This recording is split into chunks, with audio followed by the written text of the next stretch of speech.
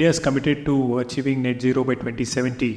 And a medium-term target which we have set for ourselves is to achieve about 500 gigawatts of renewables by 2030. So we are currently at about 180, 190 gigawatts of renewables, which include solar, wind, and hydropower projects. So what does it take us from 180, 190 to about 500 in 6-7 years? Less than 6 years, I would say. We need to add something like 50 gigawatts of renewables every year. Historically, if you see in 2021, 22, 23, we have added about 8-9 gigawatts. Adding 50 gigawatts, is it realistic at all or not? We don't know. But what some of the trends which we have been seeing in the last year at least are something which are encouraging. The first data point which we came across was historic high in 2024. FY24, when I say financial year 24, it means April to March 2024. We had a total biddings of about, awarded bids of about 67 gigawatts of renewable energy capacity. This was across central utilities, state utilities, which I would say is one of the historic highs in the last couple of years or in the history of India itself.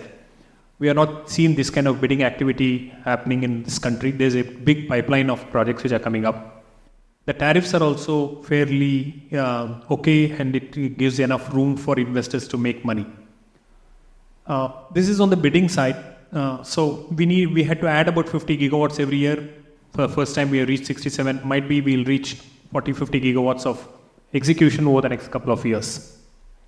The second is, how was our execution in FY24? If you compare to the earlier year, in FY24 we had execution of about 21 gigawatts which came on stream, which comprises of about 15 gigawatts of solar, 3-4 gigawatts of wind, and another 3-4 gigawatts of rooftop solar. When again compared to the earlier year, I think we almost doubled the installed capacity.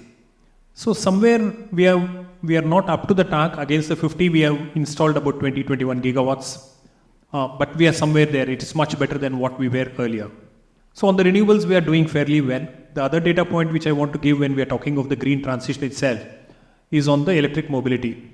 And two sectors I would like to mention. One is on the electric three-wheelers and the two-wheeler segment.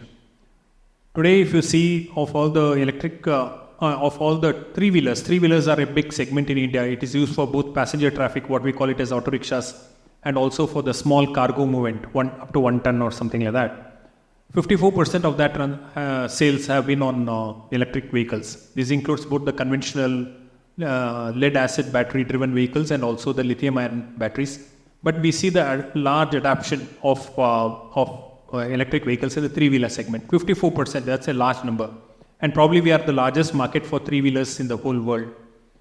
What I'm told is that 3/5 of all the three-wheelers, electric three-wheelers sold in the world are sold in India. So that's a data point. On the two-wheelers as well, there are similar statistics. So we are seeing progress everywhere, but still in absolute numbers, our carbon emissions are still higher. There are sectors like which Neha mentioned, cement, steel, shipping, where a lot more things need to be done.